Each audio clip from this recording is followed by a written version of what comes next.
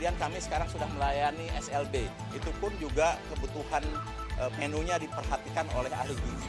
Jadi peran daripada Pemda ya, karena Pemda ini banyak yang antusias mendukung program makan bergizi gratis ini ya. Satu hal yang paling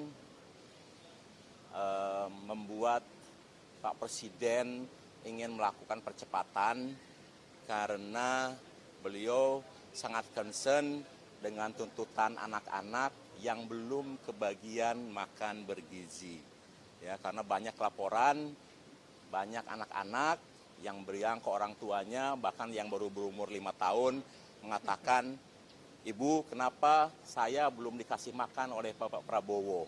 Sementara teman-teman saya sudah." Jadi ini satu hal yang mengusik kalbu beliau, sehingga kami dikumpulkan untuk melakukan proses percepatan-percepatan yang perlu dilakukan, dan ini dilakukan lintas sektoral.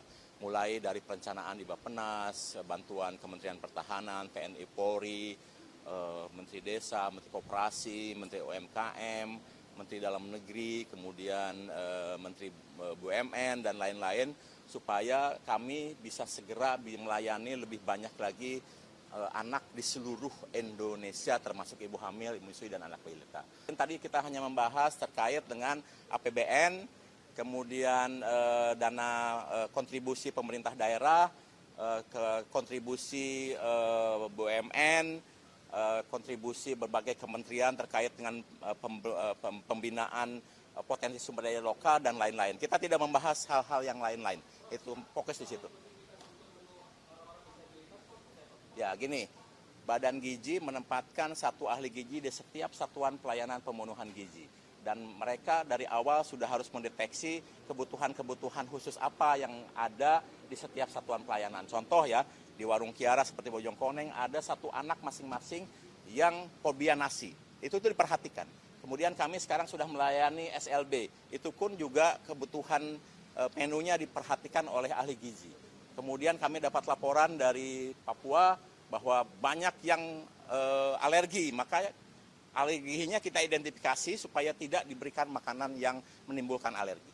Jadi peran daripada Pemda ya, karena Pemda ini banyak yang antusias mendukung program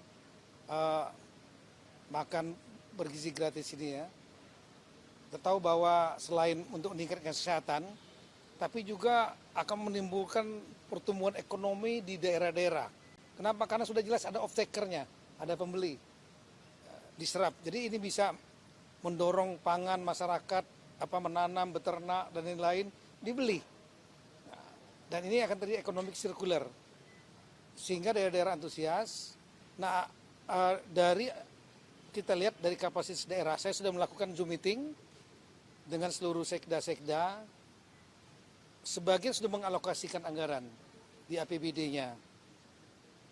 Dan untuk tahun 2025 ini lebih kurang kontribusi daerah yang mau menyumbang, bukan menyumbang, maksudnya mau ikut berpartisipasi, itu lebih kurang 2,3 triliun rupiah. Ya.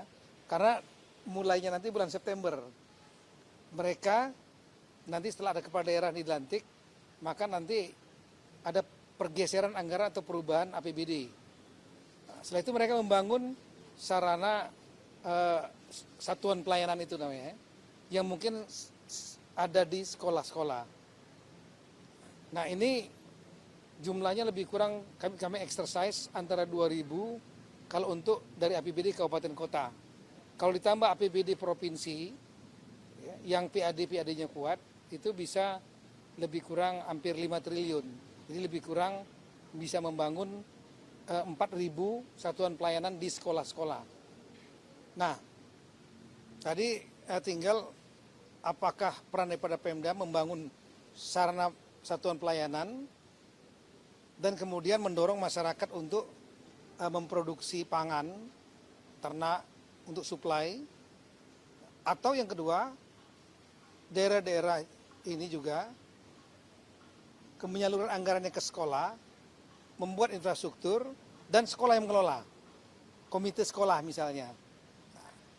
Tadi Bapak Presiden memerintahkan untuk kami berkoordinasi dengan Kepala Badan Gizi, titik-titik yang kira-kira belum menjadi target dari Badan Gizi, mungkin bisa di-cover oleh sekolah daerah-daerah di sekolah-sekolah itu.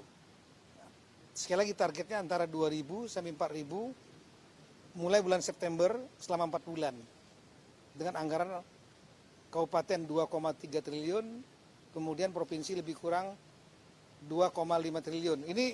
Ini kita diskusi sudah, bukannya top down maunya kita perintah, tapi dari mereka ya, banyak daerah-daerah yang PAD-nya kuat.